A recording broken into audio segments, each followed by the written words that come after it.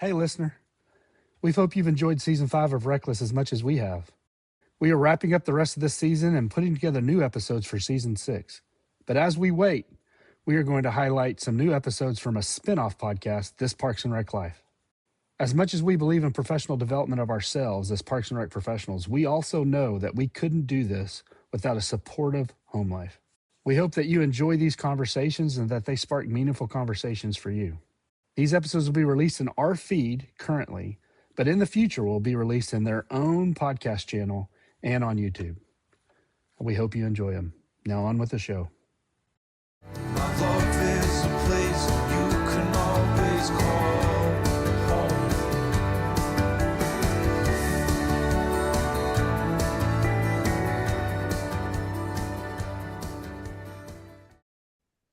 Welcome to This Parks and Rec Life, a podcast exploring the impact of a parks and recreation career on the home life of a professional and their family. I'm your host, Hannah Mize, and my co-host today is Johnathan Skinner, or Johnny O, as you might have heard him referenced before. And he is the Director of Recreation at the City of Lake Elsinore in California. And I have to give him a great big shout out. He is the 2026 or 2025 recipient of the CPRS Hall of Fame Award. Welcome, Johnny. I'm glad you're here. Well, Hannah, thank you so much. You know, Janelle and I had such a great time, and we think this podcast is really incredible. So I thank you so much for creating it. You are more than welcome. It's been a conversation that I've really, really enjoyed having, and I've loved having you and Janelle on this podcast as previous guests. And if you haven't heard this one, for our listeners, or if you haven't heard Johnathan and Janelle's episode, definitely go back and give it a listen because it's a good one. Our guests today are Chase Ellis, who is the Director of Parks and Recreation in Trophy Club, Texas, and his spouse, Kori. Welcome, guys. We're so glad you're here. Thanks for having us. Super excited to be here. Thank you. Yes, we're thrilled that you're here. So this, as you guys know, and as our listeners are probably aware of, this conversation has come about as we have talked to professionals in the field that obviously we give professional development for our professionals in the field. We make them into the very best possible professionals that they can be. And at the same time, sometimes we neglect the person or the persons that are the most important to them, right? It is that support system that they have at home. And if you are professionally developed and you're doing all the things in the field, but you go home and the people at your house are not happy with what you're doing, and they're not happy with where they are, the sustainability of this career then becomes really difficult, because if your people aren't happy, you're not going to stay. So we've been really having conversations around how do we as loved ones support our professionals, and how do professionals support their loved ones so that this can be something that the whole family can be part of and it can be a sustainable career. So we're glad that you're here and ready to join our conversation today. Yeah, thanks for having us. Yeah. Well, as we get started and you guys are here, why don't you guys introduce a little bit about yourself and tell us how you guys met? How did y'all end up where you are? Yeah. So we've been in Texas a little over 6 years, but we've kind of been all over the country. And, you know, when we met, we actually met at work. It was right before college started. We worked at a restaurant, More on the catering side. and doing a lot of wedding lunches and luncheons. And Long hours. I liked, she was actually the one that trained me. And so I liked how she bossed me around. And so, you know, asked her out, and the rest is history. But it was kind of fun, you know, us being able to meet in that working type of environment, especially doing catering and wedding luncheons, because you want, you know, the best experience for those individuals on that day. And so it can be highly stressed time. And I initially was, you know, just had my eye caught because of how hard she worked, but then also how good she looked throughout the day. And like, it was just a lot of fun We meeting that way. we worked hard together, and I think just seeing his work ethic and attitudes under stressful situations, and then after a 10-hour day, we'd go hang out together and Yeah. just we got married pretty quickly after meeting, and um, we have 3 children. We've been married 21 Yep. years, and we have 3 kids. They're all teenagers now, 17, 15, and 13. Congratulations. You're in the sweet spot of parent. Well, parenting is that this spot that you're in right now is also difficult, but you're almost there. You're almost empty nesting. I love this season of Yeah. life. The kids are so much fun and great conversationalists, and I just love being with them. So, And our kids are really great. Like we're really blessed how independent, but how smart they are and caring. And it's weird because we're kind of in that transition period of being parents and friends. Like we literally want to hang out with them and are sad when, the oldest goes and hangs out with her boyfriend, but it's like, wait, we want to be your friend now. We want to hang out with you, and it's kind of fun moving from that transition of full-time parenting to allowing them to start make decisions and get jobs, and we just kind of help be more guides versus parents, if that makes sense. So yeah, It it's does. we're definitely still parenting, but it is a fun time of life to be in. Well, Yeah. speaking about that, I'm sorry, Hannah, No, go because ahead. Take it. I find that very interesting. So when you guys met, it was, sparks. You guys, really hit it off really well. And when you transitioned to the kids and with work, how how did that affect them positively, especially with moving around to different areas? yeah, so my desire was to always be a stay-at-home mom with my kids when they were little. Um, and I think we both made sacrifices to make that work, but it's one of the best decisions I think we've ever made. And I think it did allow us to move when we needed to or when those opportunities came. Um, a little background, I guess we moved to 5 states. Um, all 3 of our kids were born in a different state. And it's been a beautiful adventure. Sometimes it's hard, again, talking about transitions, but um, I think me being home with them, we were able to go see dad at the park. Or we would go for a picnic. He could stop by and see us. We'd go to the pool. He was working. And we had Yeah. that opportunity to see him and still be involved.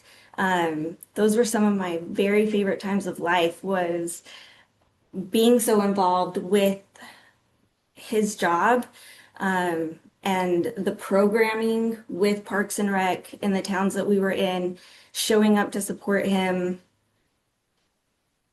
And one thing that was kind of unique about us, especially when the oldest was really young, we had just moved to Indiana and was halfway through grad school. And having a family stay-at-home mom, like literally living off, $900 a month. Um, and so thinking about grad school and like, oh, I need to get an interview and get a job. So I just started applying for every job within an hour of Terre Haute, Indiana, where I was going to grad school. And we ended up getting a director position over the Knox County Parks and Rec system. And so the great thing about that was it wasn't a high paying job, but what we loved was we got to live in one of the parks, and They provided the literally housing. the house was connected to my office. And so the commute was, through the laundry room. And we spent, 3 years, well, 2.5, 3 years there.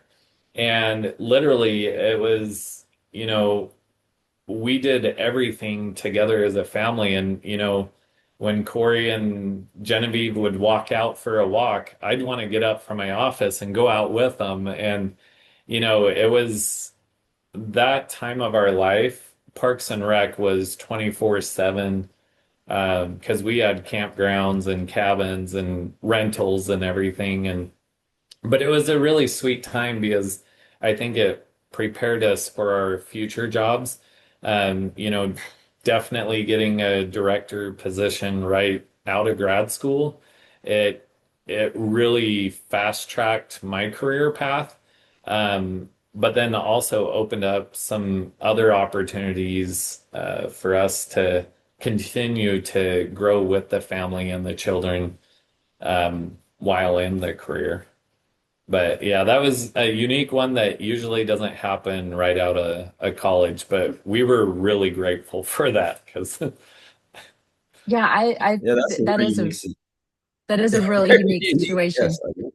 Yeah. So so you're a former guest on RecLess, and so if you might, for our listeners, you might have heard the other episode. If you haven't, go back and listen to Chase's episode because it's a really good one too.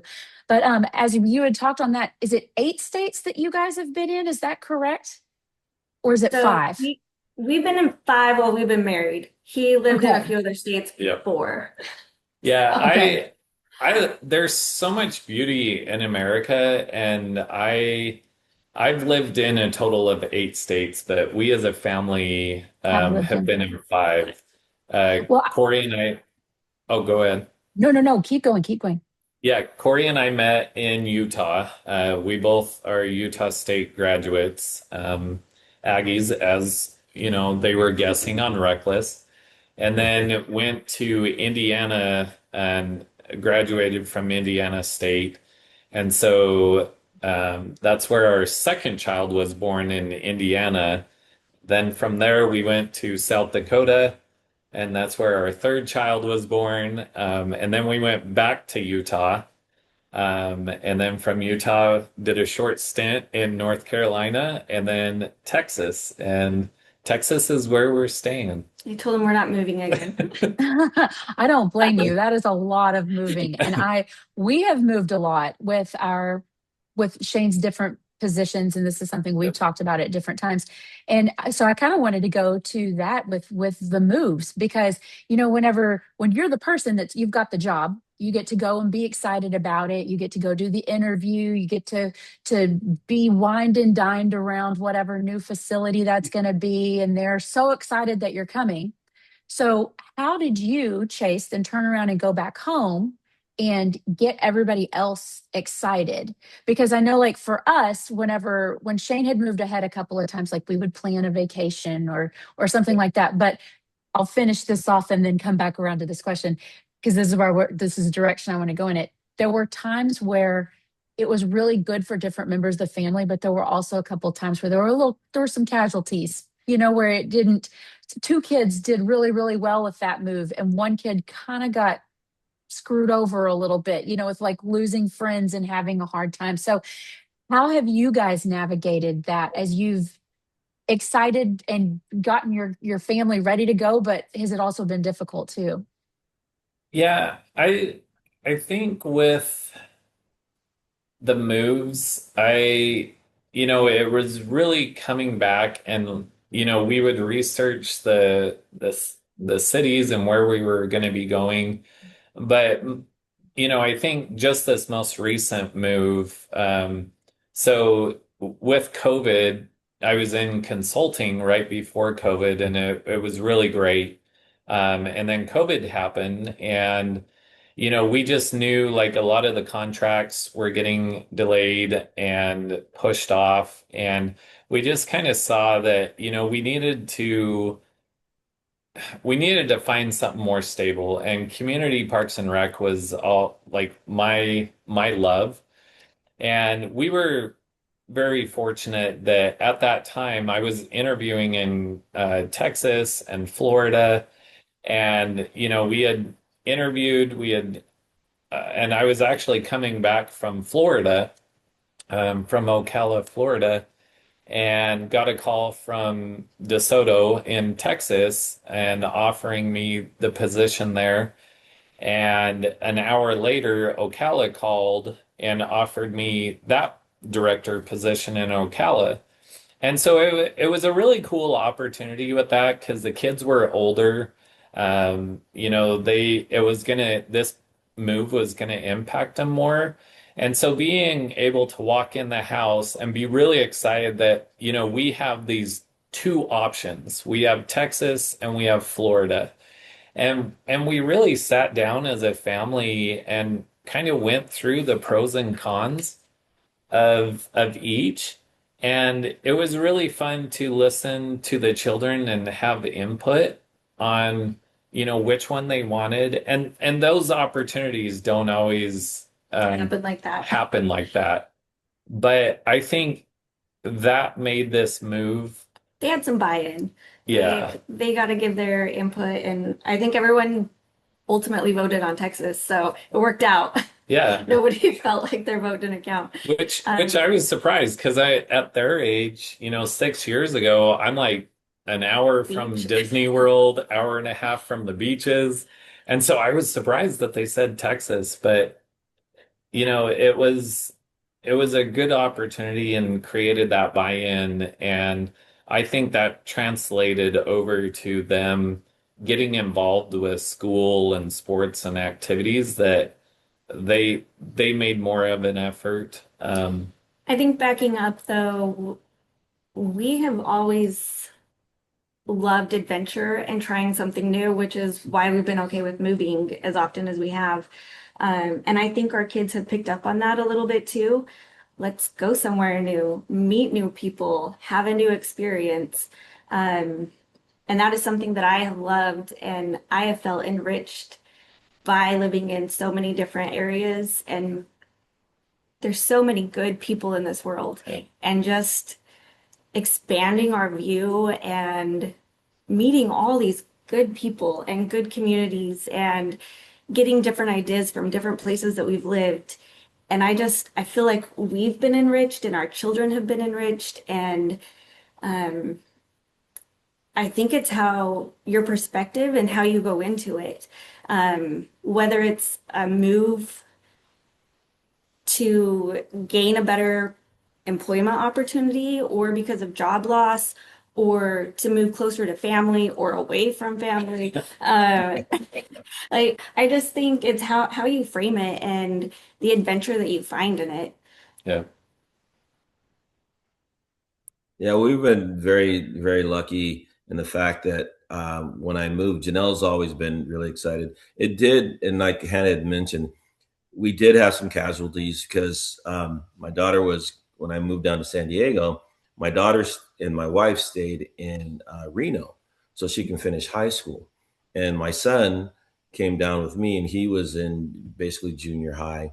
And his whole thing was, well, Dad, I don't want you to be alone, which was really cool because I got to be his basketball coach and high school coach and that. But it did, strain with the kids a little bit. But they adjusted after a while, and now they're in their 20s and 30s with grandkids and stuff. And so it's made them more resilient, I would say, to moves. And Janelle, hopefully we'll have a chance to all get together and break bread. My wife is pretty amazing because she's had to do all these different transitions and has never wavered on our different decisions. And as you had mentioned, sometimes you move to get back to family. All of our family is in California, so we moved back to California from Nevada. But your story is pretty exciting. I mean, pretty uplifting. And again, that's why this platform that Hannah put together, people can learn that you can get through diversity by being a tighter family. So. Well, and I think that resilience is a huge factor of our kids being able to see that in ourselves. And especially with our move to Texas, just with housing and what we did, I moved out here 6 or 8 weeks. And so Kori was back in North Carolina with the kids for 6 to 8 weeks. And And I just laughed because, we're like, look, we'll get some movers to come in and help load the moving trailer and everything and pack things up. And the day that they showed up, I think they wanted to hire her as a packer because she had everything saran wrapped and they're like, we're not going to charge you for packing because it was already done and stacked up and ready.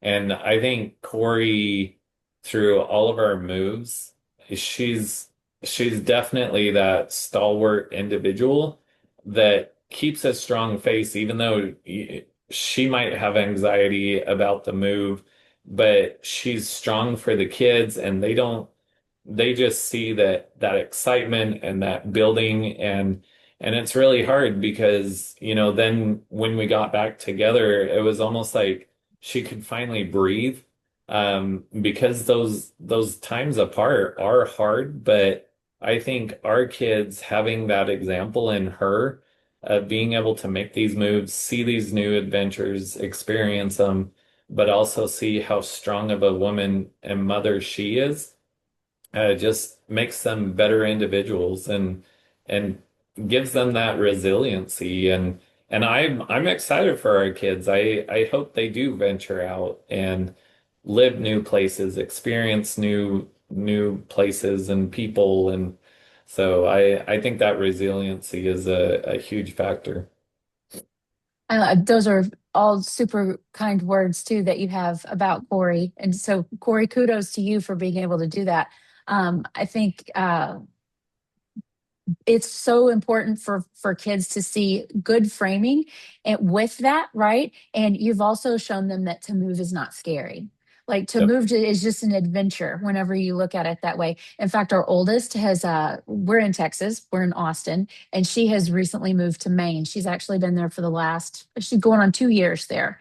And it's been really fun to watch her just up and go. And she's not afraid to go try something new, which I think is really exciting. And it's fun to watch her spread her wings.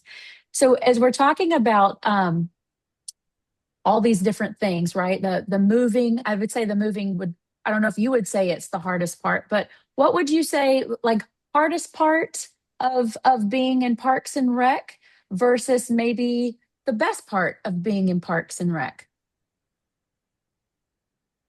So I want to talk about the good things because I think we've definitely had our hard times, our challenges, times I've cried. There's definitely those parts there, but I think the good parts, there's more of those, and that's why we've stayed in this profession. Um, I really love that in I think the time that we're in right now, there's a lot of division and polar opposites for a lot of things. But I feel like in Parks and Rec, it's about bringing people together. It's about providing community, uniting people, improving quality of life, giving people opportunities to improve their physical health, their mental health. And I just love that we can build. And that's what I like to focus on. And I think that is the thing that I love most about him being in this profession is just building and improving and giving people opportunities. And I just think it's a beautiful profession. There's a lot of hard things that come with it. You can't avoid some of those politics and vocal community members that want to throw a wrench in your plans to unify. That happens, but I just think there's so many beautiful things about this profession and the networking and how tight knit everyone is in this profession. It's a beautiful thing to me, and I'm just so happy that we're part of it. What do you think? Yeah, when and one of the things that I thought about, just over our 20 years, and like one of the hardest parts is probably a little bit of my personality that, I grew up on a farm and like in a farming community, and just nothing really like scared me a lot. And I think especially like an example of that was when we were living in the park in Indiana. We were a little ways from town, and all of a sudden, we hear 11, 12 o'clock at night gunshots going off, and um, there we had some individuals down at our archery range that decided to, shoot some beer bottles and stuff. And me being just who I am, I'm like, oh yeah, I'll go talk to them. And here's Kori, with our Two little babies home two little babies home. That's like, you're gonna what? And I'm like, yeah, like in the middle of the night. I'm like, I'm just gonna tell them it's all right. Like, you guys need to get off, move on, and you can't shoot guns out here. Like, you've got to be in a range, or it's not hunting season. You're in a county park, and I think some of those times of, you know, not knowing what I'm walking into, and then also just caring about me. And I think more so like, state parks professionals probably face that more than, we do in community parks and rec. And so I think that's some of the hardest part of the profession is, just how I am as an individual and I approach things aren't necessarily how Kori would approach it, or be like, are you not thinking about our safety? But there's been a few instances like that. But like Kori said, I heard someone, I was speaking in Ontario, and they referred to us as the community cuddlers. And I'm a touchy-feely person. And I was like, that's exactly what we are. Like, all the division, like, we really are that community cuddlers that's like, no, let's come together. Let's put our differences aside, and let's build something that can improve us all mentally, physically, and emotionally. I love that. One of the things Hannah knows about me, I am a hugger, a big time hugger, a long time fan. And I also believe in memory makers. That's what we do. Yep. We create experiences for people to carry on. And you two talking right now is really really reassuring that we all chose the right field. One of the things I wanted to touch on, because I was talking to Hannah about your background and everything, and the director's summit that you created. I've in my time in working, I've had great bosses and those that were not so good. Not a meeting of the minds, and leaving jobs before I finished my goals that I wanted to do. So could you talk a little about the the director summit and how it helps people, especially spouses, and understand these different kind of transitions that people go through? Yeah, I honestly think like when it started, coming to Texas, and just I did a short stint in college in campus rec. And so I had been removed from community parks and rec for about 4 years and was more in the NERSA realm before we came to Texas. And so all those connections that I had made in community parks and rec had, some had moved on, or, I just hadn't had time to reconnect with them yet. And walked into, a time that, rebuilding, not only moving to a new state and getting our family and kids comfortable, but also re-entering community parks and rec and starting to build that network. Like, it's almost like I felt like I didn't have friends in my leadership position to be able to, talk about the hard things, talk about, the struggles.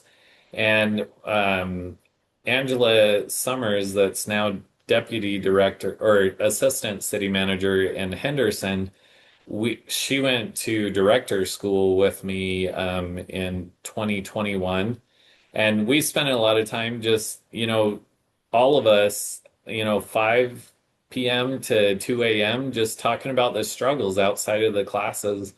And she actually approached me and was like, "Hey, we should do this sometime during the year of just, the directors being able to get together." And I'm by trade or personality an enabler.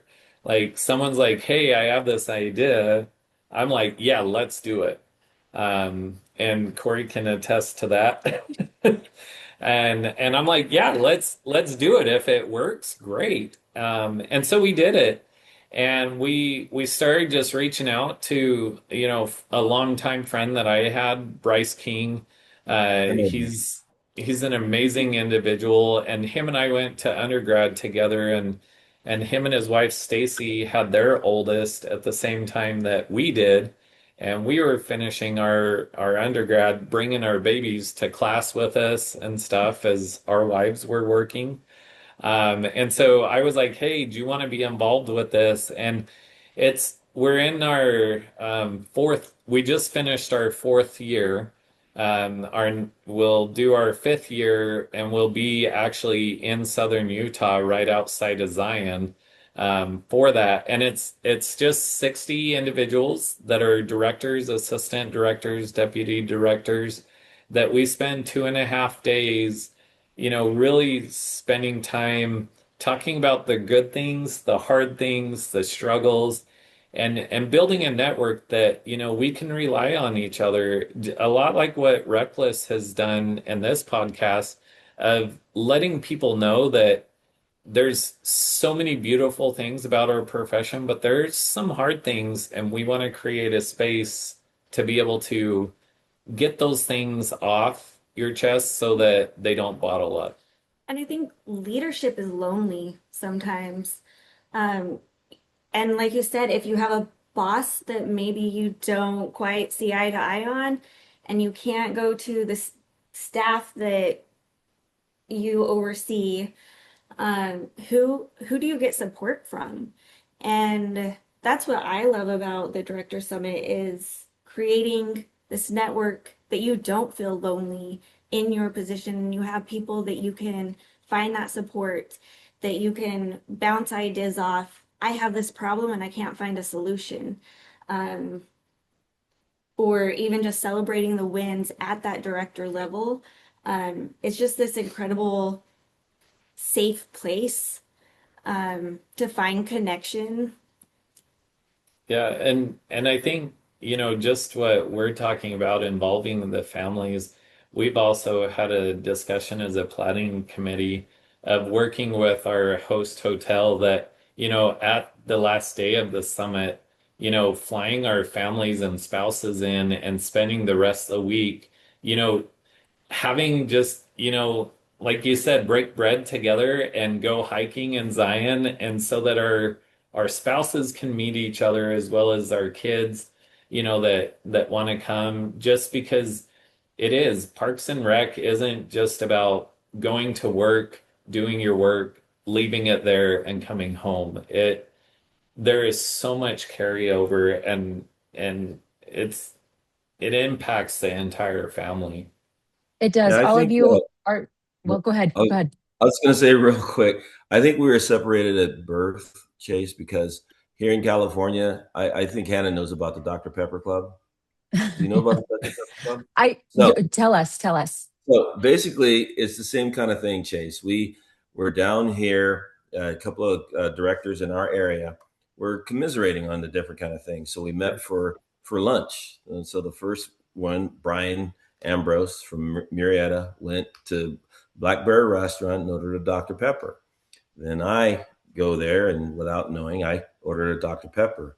This guy, Nick, from another city, came, ordered a Dr. Pepper. And the last one, Kevin Hawkins, who's now going to be retiring as an assistant city manager, ordered a Dr. Pepper. So we created this Dr. Pepper Social Club, all directors from Riverside County, and we would meet on a monthly basis, basically. And it was during COVID, so we did it online. And it was that first thing we did was did the human thing. So we asked how everybody was doing, talked about their triumphs and troubles they were having at home. And then we talk about the things that we have to do as directors. Well, that has grown to, we're not as big as you yet. I mean, we're getting there. But about 25 directors, and from San Bernardino down to San Diego. And we meet on a quarterly basis. And what we try to do is go to each organization's their best facility to find out about their facility. And so that gets us together. And so what you're doing there at the summit is pretty incredible, because we're doing that here too as well. I Love think it. the beautiful thing about what you both are doing is we need connection, and there's room at the table for everybody, whether that is this little group over here or this group here. We're all craving it. I mean, this podcast came about as connections of me with other spouses, where we're meeting and they're saying, how do I do this? This is, my spouse is gone all the time. How do you reconcile these schedules? Like, the things that we deal with on the daily basis are really difficult, and no, the rest of my friends don't understand. I can't talk to them about this because it's not like a 9 to 5 job or an 8 to 5 job, or it's very demanding, and it's a lot of times it's in the public spotlight, and you're taking a lot of criticism for your loved one. You're having to listen to, we've have a situation going on right now in Pflugerville that has been high profile, and it's not a pleasant thing, right? And so how do you deal with that? How do you put together a group? So I love that you guys are doing that. And I was about to say, before you said we should invite the rest of the families up, you need to have a spouse part of that summit as well. Oh, definitely. We're planning on it. So, and Johnny, I'll send you the invite here after we get off here. Shane already has his, so you can get on him and be Um, like, we want to let's do go. a We spouse need to thing do in this. Zion.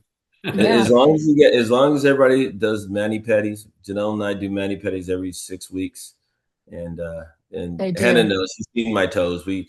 I wherever we go, I have things painted. So not right now, Hannah. I have Janelle on one toe and I'm on the other. So I love that. I love that. They make very intentional time for each other, which I think is fantastic. As Love we're it. Corey, this question is for you. As we just mentioned, that there are times whenever things are just really difficult. And I know, if you guys don't mind me going in this direction, because we haven't had a spouse or a couple talk about this. Chase, I know at one point you were let go, right? You all had to go and start over with a new thing. And by the way, whenever I was listening back to this today, well, I won't say it. Sometimes the things that seem like the most awful and that are the worst turn out to be the very best part of the story. And I think, looking where you guys are now, I don't know if you would say that, but y'all have come so far, and I think y'all's story is really beautiful. But as you're going through that, Corey, how have you managed to safeguard home? Like, whenever things are going bad, when people are saying mean things, um whenever you see things that it just seems like such an attack, how do you safeguard home without panicking, but still you creating a strong unified front? That is such a great question. It felt really hard in the moment. But I think just our family is everything for us. And I think that's where we find our greatest joy and our greatest comfort is being together as a family. And I think just making sure that we make everyone feel valued. And dinner is my favorite time of day. Sometimes it doesn't always work out with his schedule, but and as the kids are getting older with jobs and sports, but dinner is open discussion. We talk about anything and everything, and sometimes the topics are so out there. But I just think we have tried really hard to create a safe place that we can talk about anything. And we are pretty open with our kids. We keep things age appropriate. They don't need to know every hard thing we're going through, of course. But they know um, that we're human. We have bad days, they have bad days, and we try to be here as a family for each other. And when someone needs a little extra love, pouring it on that person. And I think a lot of times we like to go out, Hmm. go find. I like to hike, but in Texas, it's more like Yeah, Nature there's walking. walking. Like I, right. There's not hills. We don't have mountains unless you go Oh, out far west Texas. If y'all haven't been yes. out right, there. Yeah. Okay. just getting out, getting away from the noise of the world sometimes, and focusing on what's important and building each other up. Um, Finding opportunities to laugh together and to build those memories together, to focus on the good. You can't shut out all the bad, you can't ignore all the bad, but I think focusing your perspective and how you want to make your life the best that it can be, despite the terrible, ugly things that can happen. Um, and I just, again, it goes back to that resiliency, teaching your kids hard things happen to everyone. What are you going to do to get through it? And what are your goals? And what's important to you? And how do we keep building on that? Where do we find our happiness? Where do we find our peace? And a lot of times that's with the five of us. Do you want to add? And I think part of that is also just, you know, letting the kids see that the unit between us is that there's going to be people out there, whether it's wolves in sheep's clothes. We talk about that not everybody is going to have your best intentions at heart. And especially in leadership, we have these giant targets on our back that are very easy for council, um, you know, leadership. If they have one disagreement, they have that right to say, you need to move on.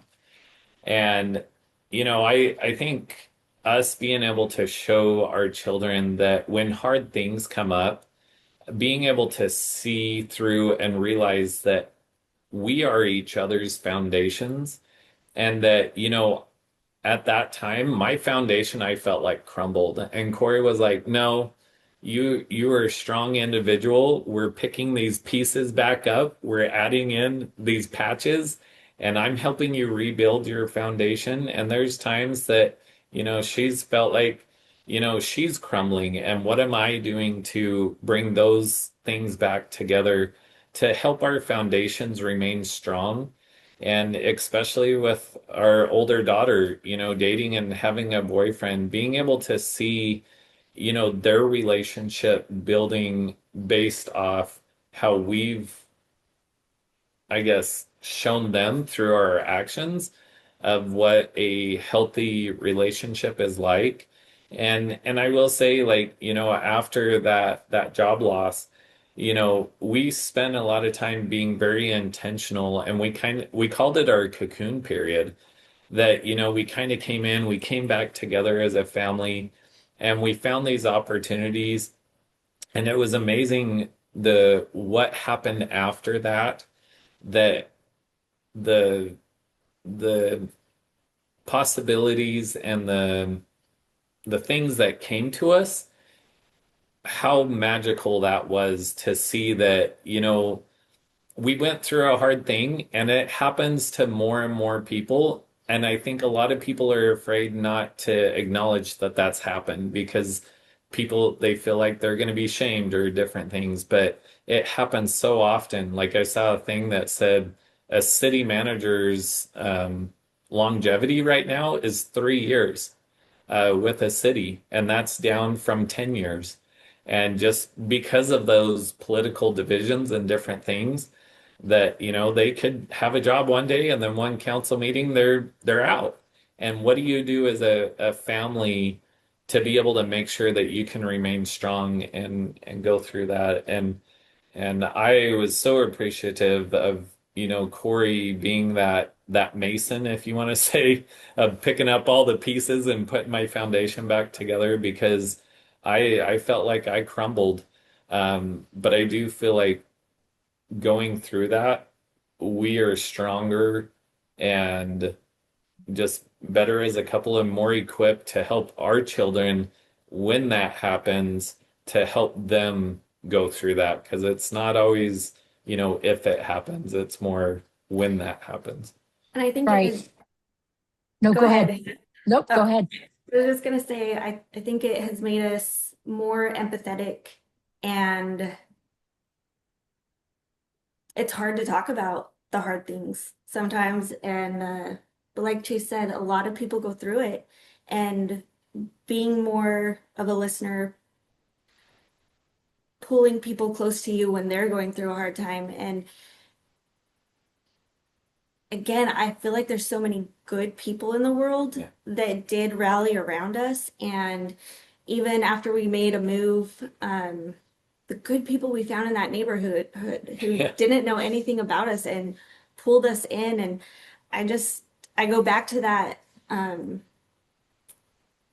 theme of community and connection, and just building that where you are, and just being builders, looking for the beautiful, looking for the glimmers of happiness and holding those tight.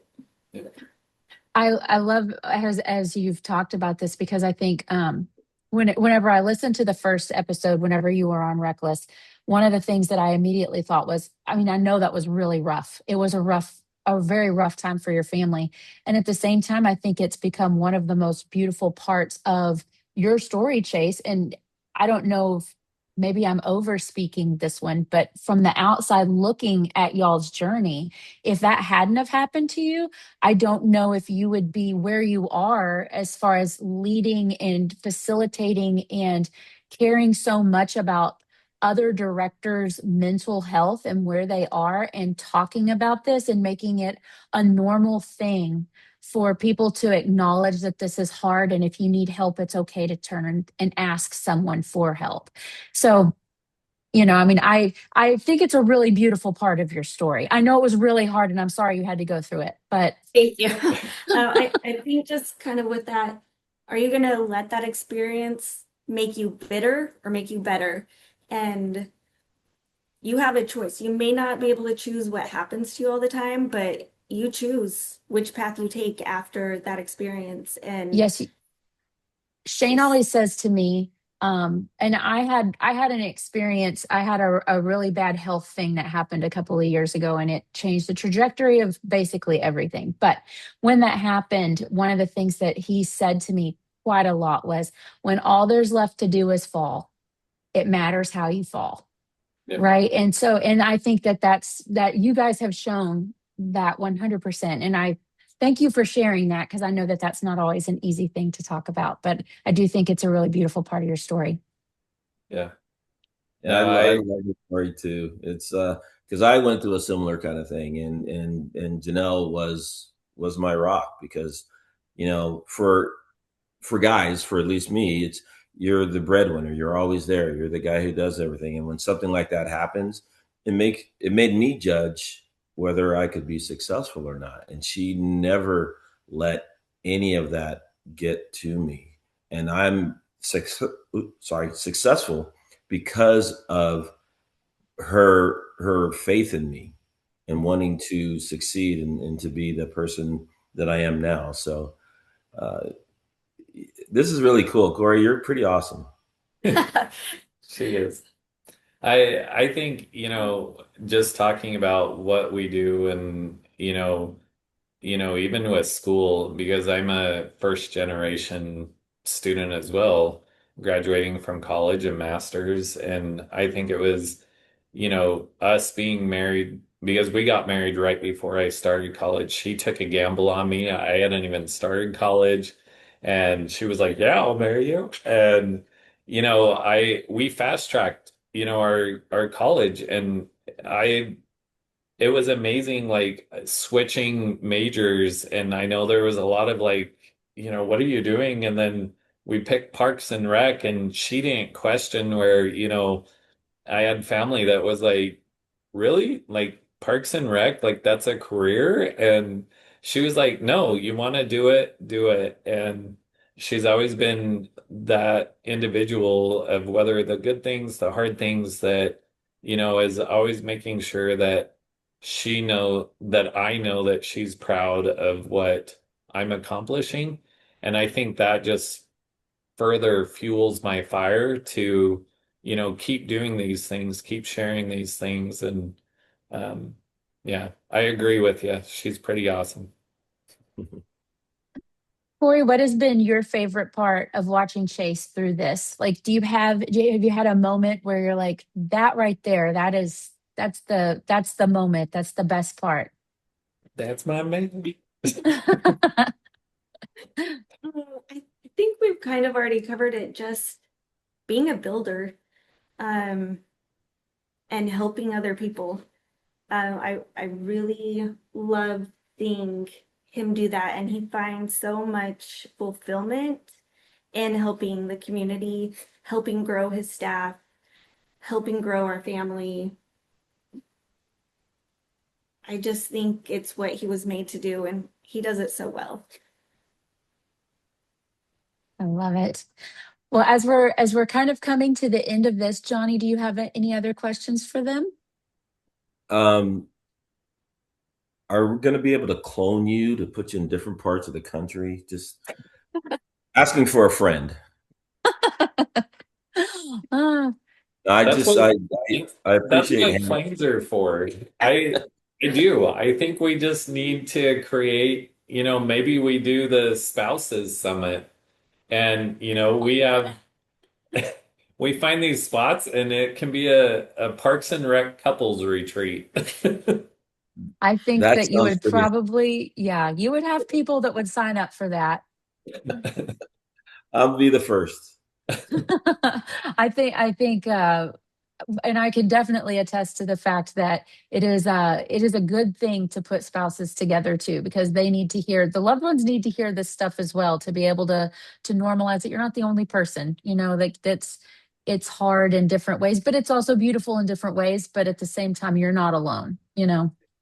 Yeah, and I do. I feel like Parks and Rec, like, we're the ones putting on the events and everyone's like, "Oh yeah, your job's so easy and so fun and you get to build these parks, you get to build these rec centers and but they don't get to see the time that we spend. Like Corey's favorite holiday is the 4th of July. And then our biggest event is, we're working 3 a.m. to 2 a.m. the following morning, doing a 5K and a parade and then our celebration.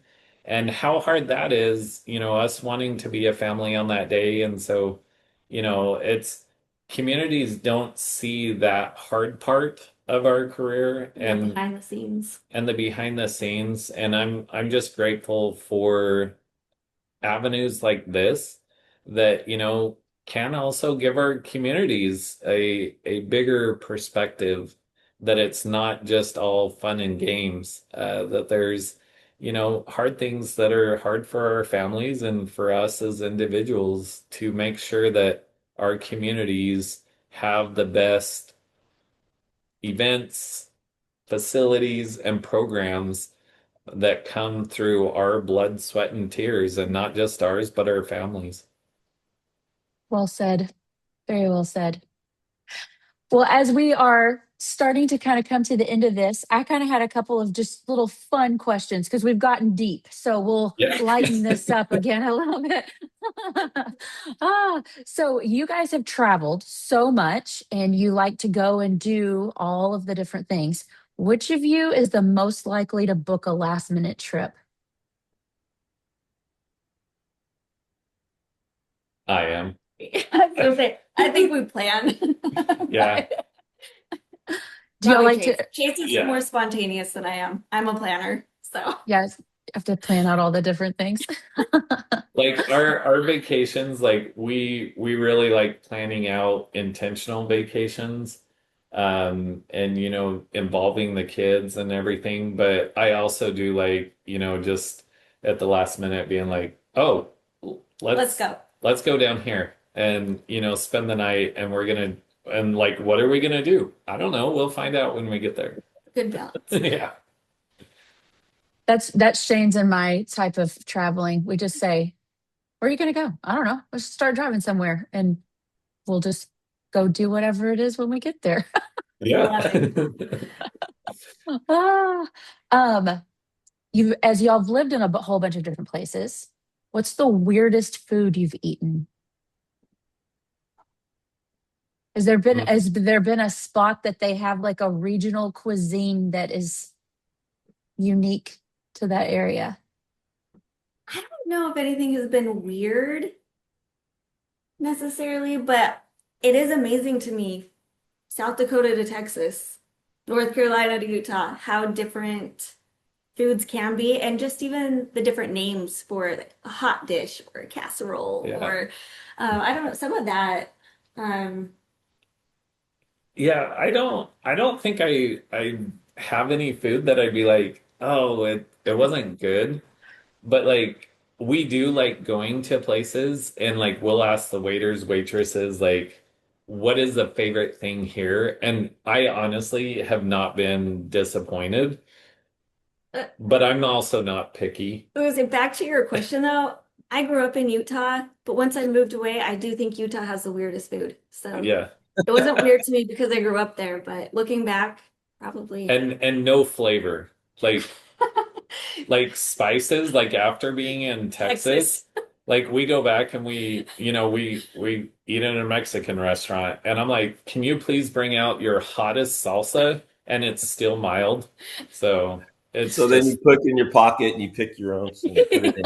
I know they're like, who is this? And I'm like, I just need some hot sauce. Ah, I have a question. So you guys have been to a lot of different places. What place do you really want to go in the United States?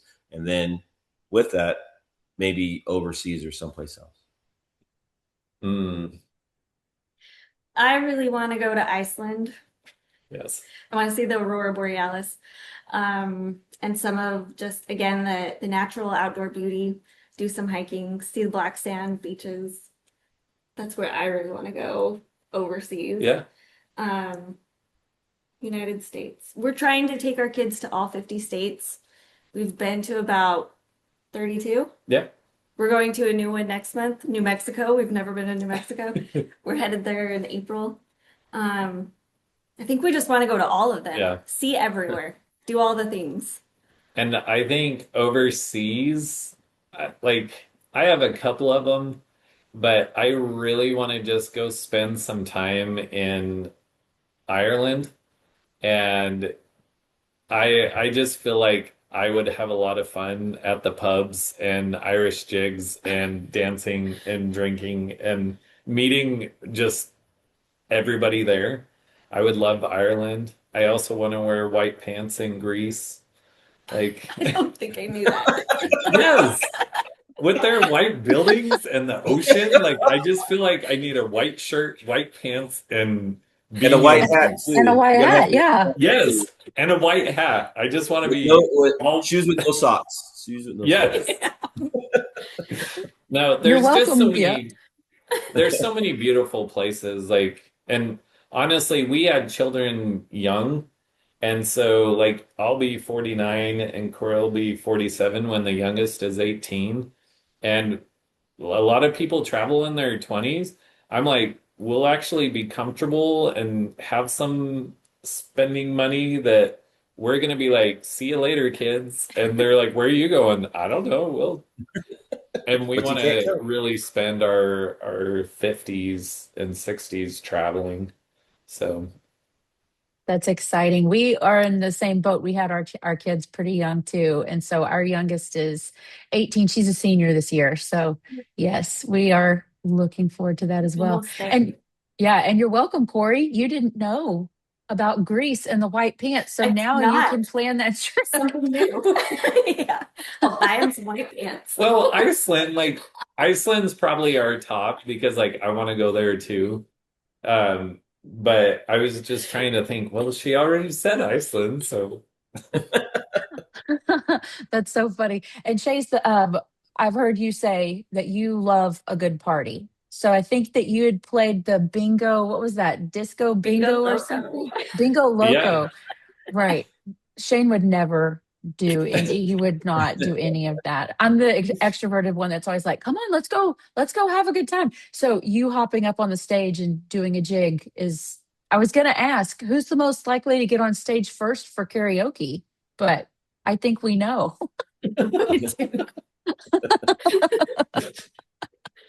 Oh gosh, that's funny. Johnny, do you have any other questions?